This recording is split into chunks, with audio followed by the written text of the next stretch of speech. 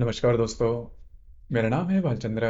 ब्रह्मांड सिद्धेश्वर में आप सभी का स्वागत है। आज के इस वीडियो में हम चर्चा करेंगे।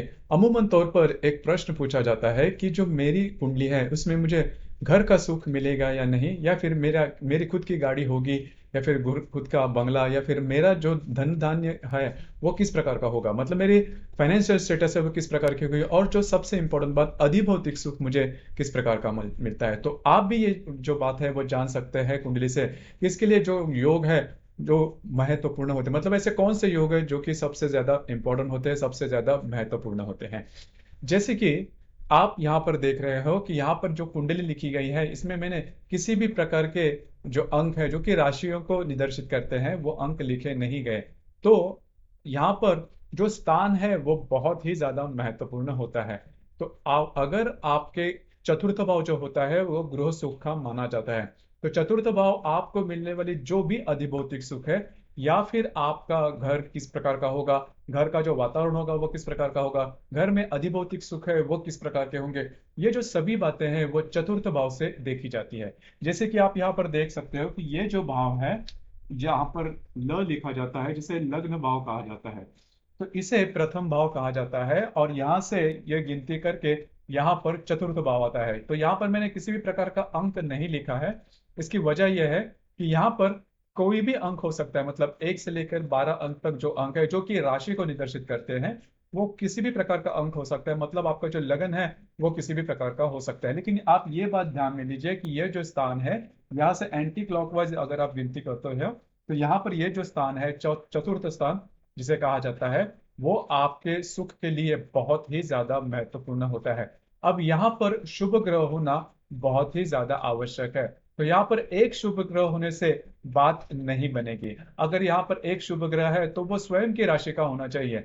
लेकिन यहाँ पर अगर 2-3 शुभ ग्रह होंगे तो आपकी जो मनोकामना है, मतलब अधिभौतिक सुख के बारे में आपकी जो मनोकामना है, वो पूरे होने की संभावना बहुत ही अच्छी बनती है। तो सबसे पहले हम ये देखेंगे, यदि यहाँ पर गुरु होगा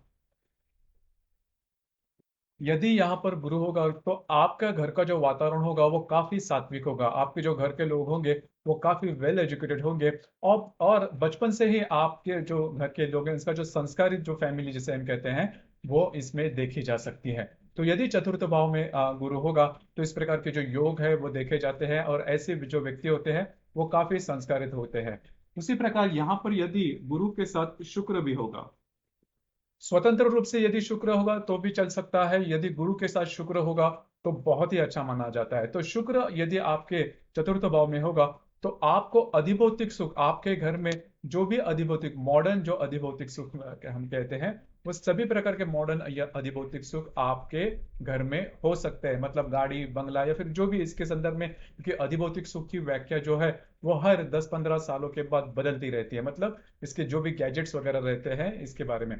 तो यदि आपके चतुर्थ भाव में शुक्र है तो आपको इस प्रकार के जो अधिभौतिक सुख है वो काफी इजीली मिल सकते हैं। गुरु के साथ शुक्र हो तो ये जो बात है वो और भी ज्यादा एग्रीवेट होती है। मतलब आपका लगन या फिर यहाँ पर आने वाली राशि, चतुर्थ भाव में आने वाली राशि कोई भी हो, गुरु शुक्र होंगे तो इस प्रकार की जो बातें हैं वो आपको मिल सकती है। उसी प्रकार यहाँ पर और एक बचा जो ग्रह है जो कि चंद्र।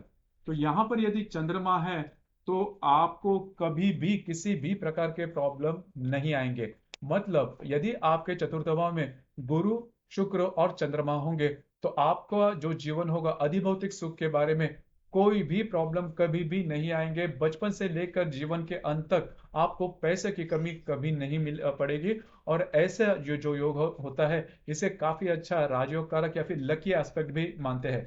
राजयोग कारक ग्रह के बारे में हमने इसके पहले भी जो वीडियोज है बनाए हैं, लेकिन वहां पर हम ध्यान में देते हैं कि आपका लगन कौन सा है। लेकिन ये जो पर्टिकुलर एस्पेक्ट है, मतलब चतुर्थ भाव में यदि शुभ ग्रह है, गुरु शुक्र और चंद्रमा जैसे यदि शुभ ग्रह होंगे तो आपके लिए अधिभौतिक सुख के मामले में किसी भी प्रकार की प्रॉब्लम कभी भी नहीं आएगी। या फिर पैसे का मतलब आपका समय कितना भी खराब हो या फिर साढ़े साथी में हो या फिर किसी भी प्रकार का आपका समय हो, लेकिन यदि ग्रह आपके चतुर्थ भाव में शुभ ग्रह होंगे तो आपको किसी भी प्रकार की दिक्कत नहीं होगी। उसी प्रकार यदि आपके चतुर्थ भाव में इन तीनों में से दो भी ग्रह होंगे, मतलब गुरु शुक्र होगा, गुरु चंद्र होगा या फिर चंद्र शुक्र होगा, तो भी आपको जरा भी उसके बारे में स्ट्रेस या फिर टेंशन लेने की बिल्कुल जरूरत नहीं। यदि भी आपका जो बॉर्न है, आपका जो जन्म है, कितने भी लोएस्ट फाइनेंशियल स्टेटस में अगर आप जन्म लेते हो, लेकिन ये जो ग्रह है वो आपको काफी ज्यादा ऊंचाई तक लेके जाएंगे। यदि इनमें से कोई एक भी ग्रह, जैसे कि मैंने चंद्रमा के बारे में आपको नहीं कहा, लेकिन चंद्रमा के बारे में अगर देखा जाए, जो चंद्रमा भी आपके चतुर्थ भाव में बहुत ही ज्यादा शुभ फलदायी होता है, आपको माँ का जो सुख होता है वो काफी लंबे अरसे तक मिलता है। तो कुल मिला के देखा जाए तो ये जो तीनों ग्रह होते हैं वो चतुर्थ भाव में बहुत ही ज्यादा शुभ फलदायी होते हैं। सिर्फ यहाँ पर यदि एक ग्रह होगा, तो वो जो एक ग्रह है वो स्वयं की राशि में होगा, या फिर यदि उच्च की राशि में होगा, या फिर ये वो जो ग्रह है वो किसी अन्य शुभ ग्रह के साथ युति या फिर नवपंचम योग में होगा, तो फिर आपको सभी प्रकार के अधिभौतिक सुख मिलने की जो संभावना है वो काफी ज्यादा बढ़ती है। लेकिन मोटे तौर पर यदि देखा जाए तो यहाँ पर यदि दो भी ग्रह होंगे, मतलब कि ये जो तीनों ग्रह है इनमें से कोई भी दो ग्रह होंगे, तो भी आपकी जो कुंडली है इसमें अधिभौतिक सुख मिलने के चांसेस, उसकी जो संभावना है वो काफी बढ़ती है। लगन आपका कोई भी हो, लेकिन ये जो रूल है, ये जो नियम है, वो सभी कुंडलियों के लिए लागू होता है। आपके इसके संदर्भ में विचार क्या है, आपके अनुभव क्या है, नीचे कमेंट बॉक्स में जरूर कमेंट करना। और अपने जो चैनल है ब्रह्मांड सिद्धि एस्ट्रो, इसे भी लाइक शेयर और सब्सक्राइब जरूर करें। धन्यवाद।